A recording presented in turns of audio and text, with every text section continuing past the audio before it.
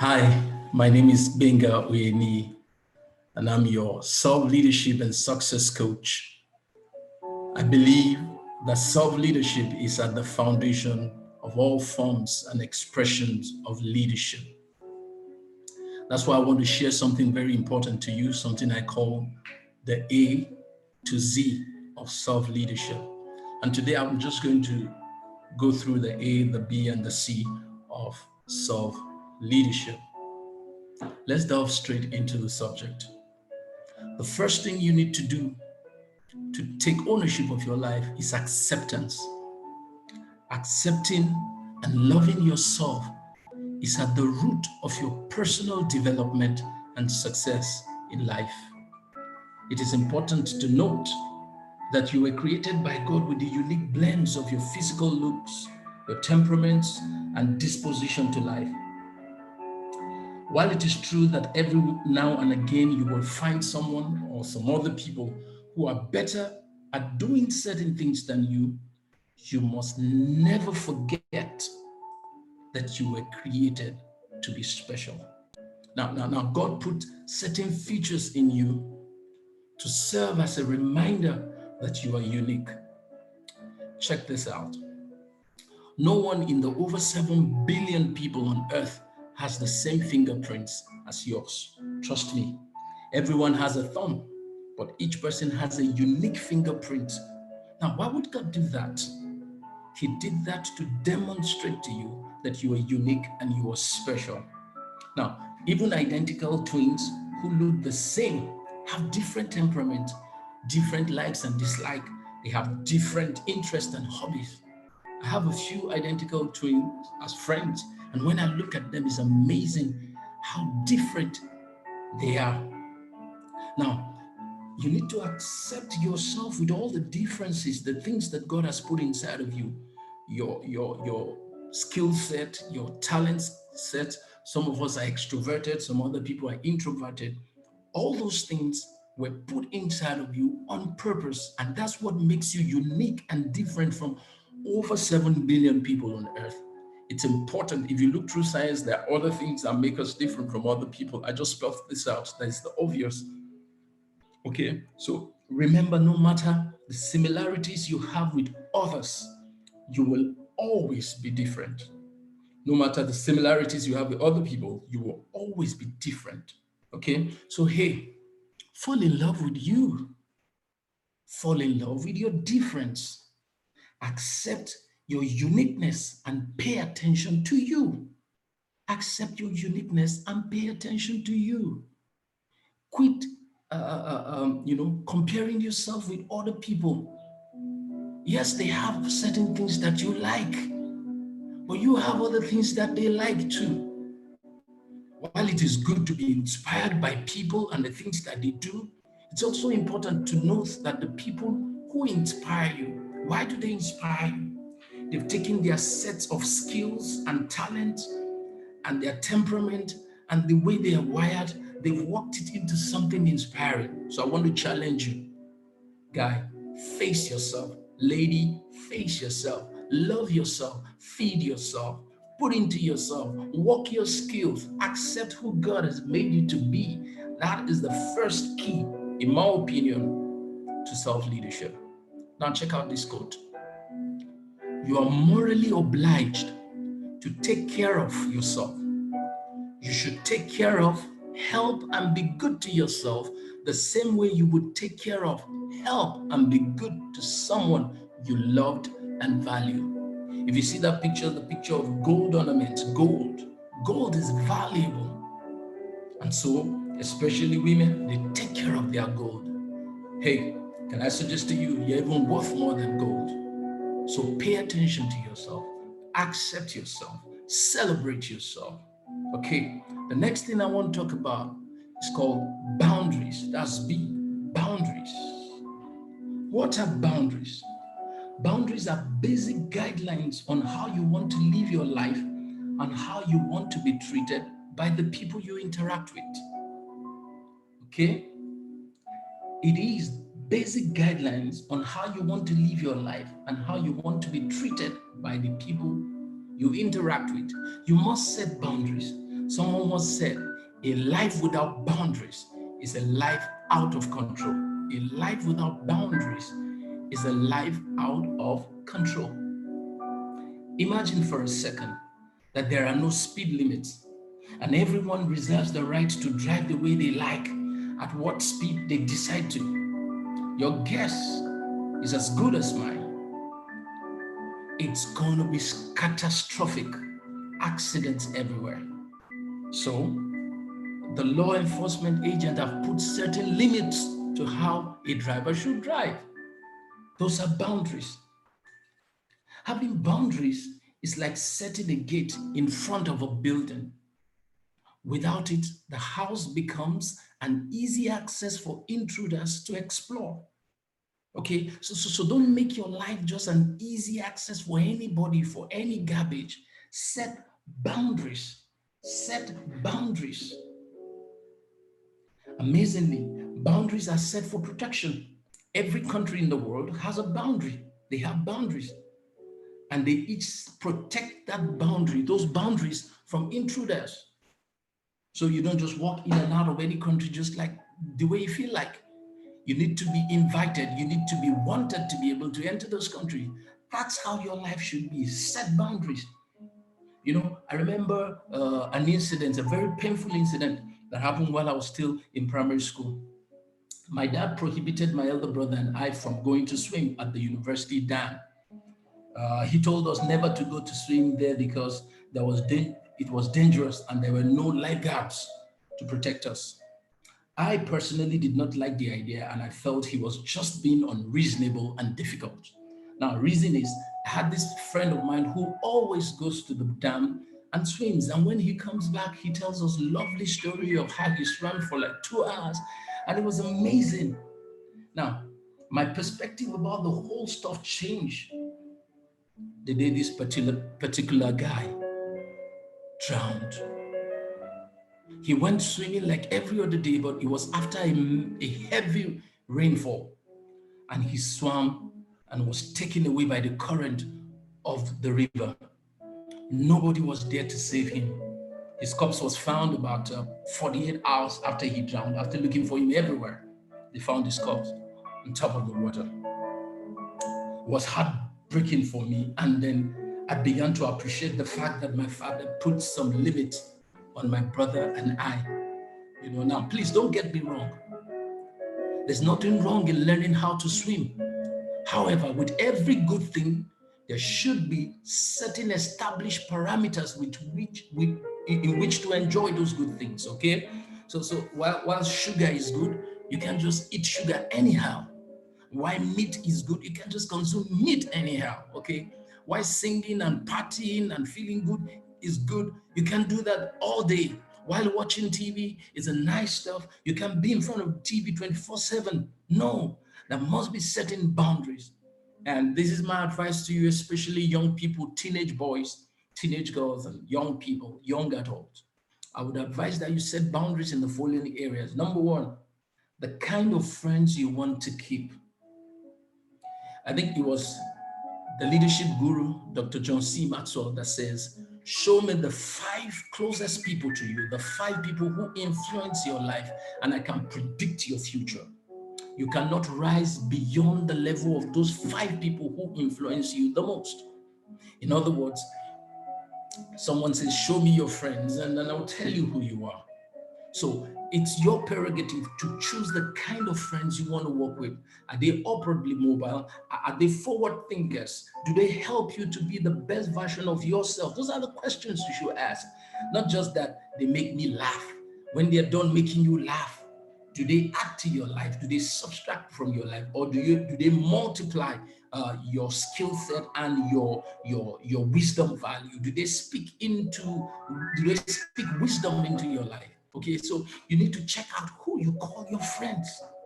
They say, show me your friends and I will show you who you are. You can't rise beyond the level of the 5 most influential people in your life. So choose your friends. Number 2, set boundaries around the books and the movies or music that you watch. Books, music, movies that you watch. Reason, these are the doorways into your heart.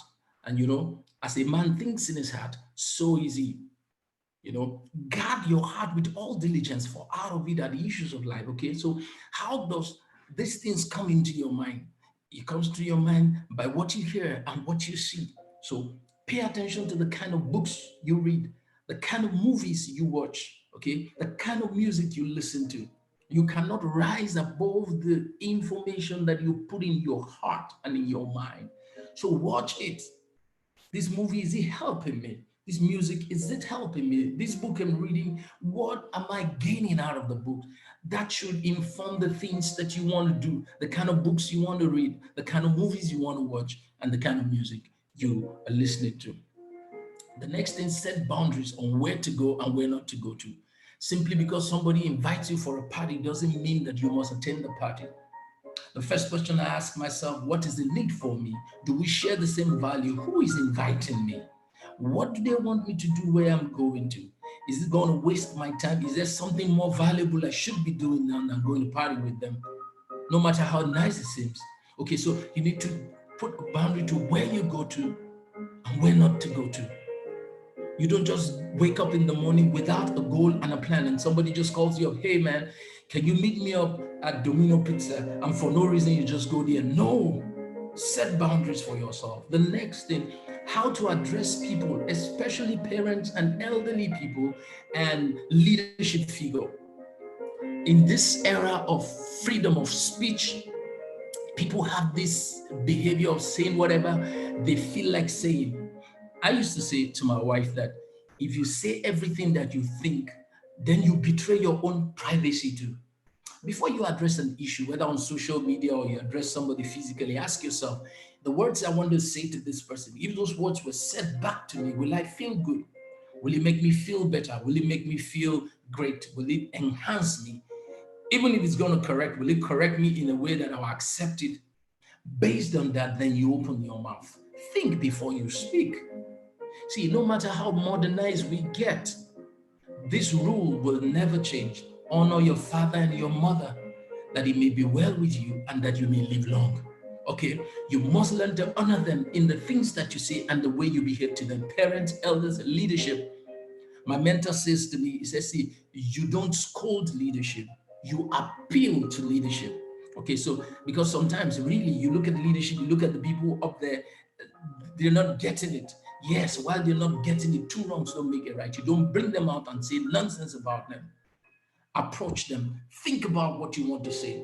If what you want to say is to construct, then it will come out well. But if what you want to say is just to criticize and to bring them down, then you need to set boundaries around those parameters. People have lost their job because they walk into their boss's office and just open their mouth and release garbage out of it. Okay, so think before you address people. The next one, how do you want to spend your money? What do you want to spend your money on and what not to spend your money on? Just simply because you can afford it doesn't mean that you should go to Dominic to get pizza every day. No. Simply because you can afford it doesn't mean that you must spend all your money on Netflix. No. Simply because you can afford it doesn't mean that you buy everything your eye sees. No, you should have some certain control. Control over your finance. You should have savings, you should have some investment. Think before you spend, man. Think before you spend, young lady. You don't just spend money, you don't just buy data because you just have money. No.